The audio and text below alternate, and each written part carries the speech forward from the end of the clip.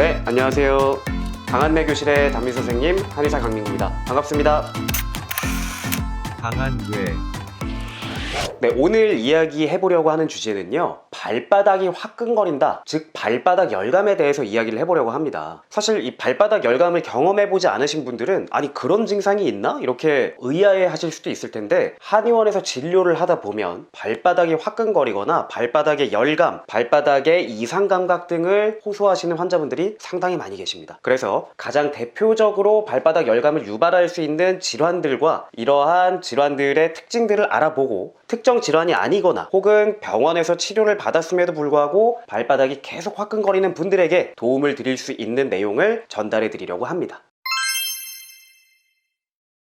우리 발바닥 문제하면 가장 흔한 거 족저근막염을 이야기하죠. 이 발바닥을 구성하는 조직에 염증 반응이 생기면서 통증이나 열감을 유발할 수 있는 질환을 말하는데요. 족저근막염은 워낙에 유명하기 때문에 발바닥에 문제가 있거나 하신 분들은 족저근막염을 1번 원인으로 생각을 하고 병의원에서 진료를 받으시기 때문에 특별한 설명이 더 필요할까 싶습니다만, 제가 이 발바닥 족저근막염 환자분들을 진료하면서 봤던 임상적인 특징 중에 하나는 잠을 자고 일어나서 처음 발을 디딜 때 그때가 가장 아프다 라고 말씀을 하시는 것이 이제 특징적이라고 할 수가 있고요. 또 족저근막염 환자분들은 열감을 경험하시는 분들도 계십니다만 발바닥의 통증이 훨씬 더 큰 비중을 차지합니다. 그래서 열감보단 통증, 그리고 누워있다가 일어나면서 첫 발이 가장 아프다, 이게 이제 임상적인 특징이라고 보시면 되겠습니다. 그래서 이런 분들은 족저근막염 자체에 대한 진료를 통해서 치료를 해주시면 자연스럽게 열감도 덜해질 수 있기 때문에 족저근막염 환자분들은 그 증상에 대한 치료가 우선돼야 한다는 것, 이걸 기억해 주시면 되겠고요. 두 번째는 지간신경종입니다. 이 지간신경종은 지간, 발가락 사이에 있는 신경의 종, 부어오르거나 낭종이 생겼을 때 나타나는 질환을 말하는데요. 지간신경종도 발바닥 열감을 유발할 수 있고요. 지간신경종의 임상적인 특징은 발바닥 앞부분, 발가락과 발가락 사이 부위 이 주변으로 혹은 발바닥 앞쪽 이 주변으로 타는 듯한 통증이 있는 것, 이것이 이제 임상적인 특징입니다. 그래서 열감과 함께 이러한 타는 듯한 발바닥 앞부위에 통증이 있다면 지간신경종을 의심해 볼 수가 있겠고요. 초음파를 통해서도 지간신경종을 확인할 수가 있거든요. 신경절이 부어 있는 것이기 때문에 초음파를 통해서 신경절의 이 부어오름을, 부종을 확인한다면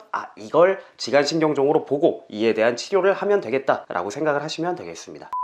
또한 이런 발바닥의 문제는 종아리의 문제에서 내려올 수가 있습니다. 우리 종아리 하면 가장 흔한 증상, 가장 흔한 질환, 바로 하지정맥류죠. 혈액순환을 저해하는 대표적인 질환, 하지정맥류가 있을 때에도 발바닥 열감을 유발할 수 있습니다. 근데 이 하지정맥류가 있을 때는 발바닥 열감뿐만 아니라 발이나 종아리, 정강이 주변에 저림, 통증, 이상감각, 이런 증상들이 나타날 수도 있다는 것, 이것도 잘 알고 계실 거라고 생각합니다. 발바닥의 열감에는 이 앞에 말씀드린 발 그리고 종아리의 질환들이 원인으로 작용하는 경우가 대표적입니다만, 당뇨나 통풍 혹은 신장질환과 같은 전신질환이나 다른 장기의 질환에 의해서도 발바닥 열감이 유발될 수 있다는 것 꼭 기억을 해주시면 좋겠고요. 이러한 원인 질환이 없거나 혹은 원인 질환을 치료했음에도 불구하고 발바닥 열감이 계속되는 분들은 이 발바닥 열감 자체에 대한 치료나 관리가 필요할 수도 있습니다. 또한 굉장히 불편하기 때문에 잠잘 때도 방해가 되고 평소 생활할 때에도 상당히 좀 신경이 쓰이고는 하는데요.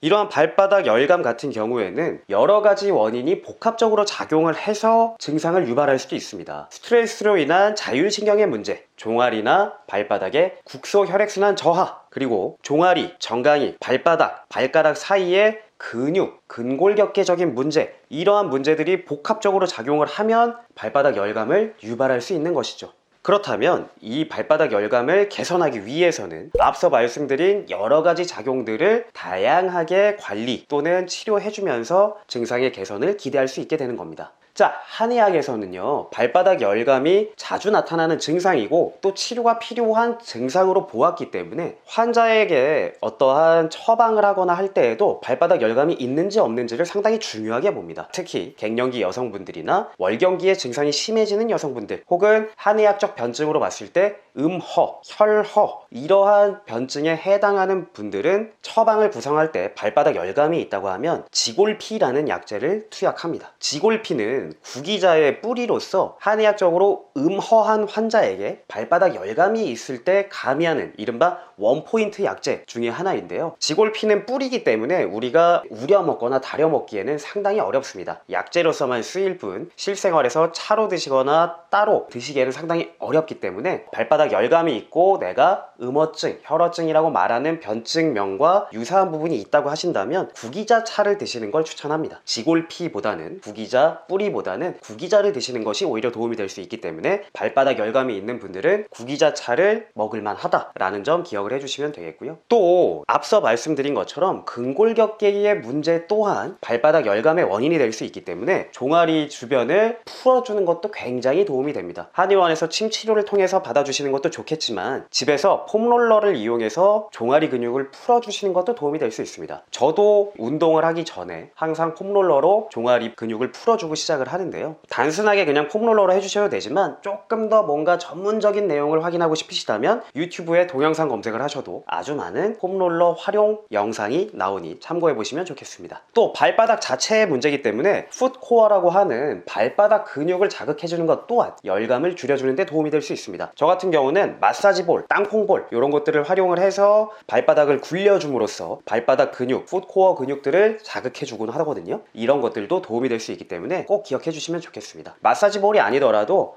괄사를 이용해서 다리 근육과 종아리를 풀어주는 것도 도움이 될 수 있습니다. 제가 이 제품을 이용해서 종아리와 발바닥을 풀어주고 있고 이러한 치료가 필요한 환자분들에게도 치료를 같이 해드리고 있는데 상당히 만족도가 높습니다. 자, 마지막으로 추천해드리는 발바닥 열감 환자분들을 위한 꿀팁. 사실 이 발바닥 열감이나 통증 치료에 침 치료도 상당히 도움이 됩니다. 하지만 저도 발바닥은 놓을 때 약간 환자분들께 죄송합니다. 왜냐하면 아프고 민감하거든요. 그래서 이 발바닥에 침 맞기가 조금 무섭다 하시는 분들은 맨발 걷기를 추천합니다. 맨발 걷기가 최근 유행이 되면서 공원이나 산에서 맨발로 걸으시는 분들을 간혹 관찰할 수가 있는데요. 발바닥에는 여러 혈자리, 지압점들이 있기 때문에 족침요법이라고 하는 침 치료까지 있을 정도로 발바닥은 우리가 치료의 부위로서도 활용을 할 수가 있습니다. 그렇기 때문에 이 맨발로 걷는 것은 발바닥 열감이나 발바닥 통증의 개선뿐만 아니라 전신의 건강, 면역력 강화에도 도움이 될 수 있거든요. 그래서 맨발로 걸으시는 것 추천할 만합니다만 방송이나 아니면 여러 매체에서 소개하는 것만 보시고 좋은 점만 생각해서 바로 시작을 하시면 자칫 무리하시다간 발바닥에 오히려 안 좋은 영향을 미칠 수도 있기 때문에 차근차근 시작하시는 것이 중요합니다. 일단 집에서 맨발로 걷는 걸 먼저 연습을 해보실 필요가 있겠고요.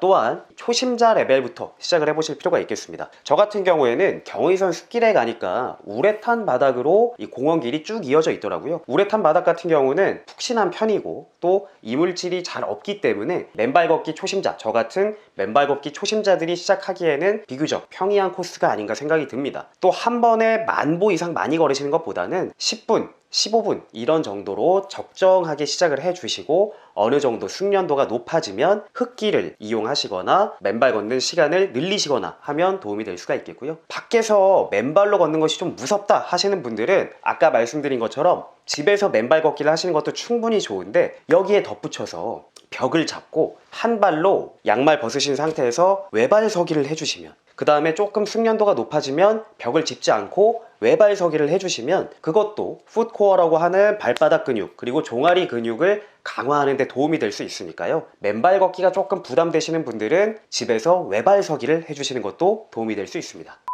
원인 질환을 해소해도 계속되는 발바닥 열감, 생활관리나 아니면 제가 말씀드린 꿀팁을 통해서도 충분히 도움을 받을 수가 있기 때문에 한번 해보시고 계속 불편하신 분들은 한의원의 진료를 받아보시는 것도 추천해드립니다. 제가 말씀드린 내용이 도움이 되셨다면 좋아요, 댓글, 알림 설정, 구독까지 해주시면 너무 감사하겠습니다. 지금까지 강한내 교실의 한의사 강민구였습니다. 감사합니다. 강한뇌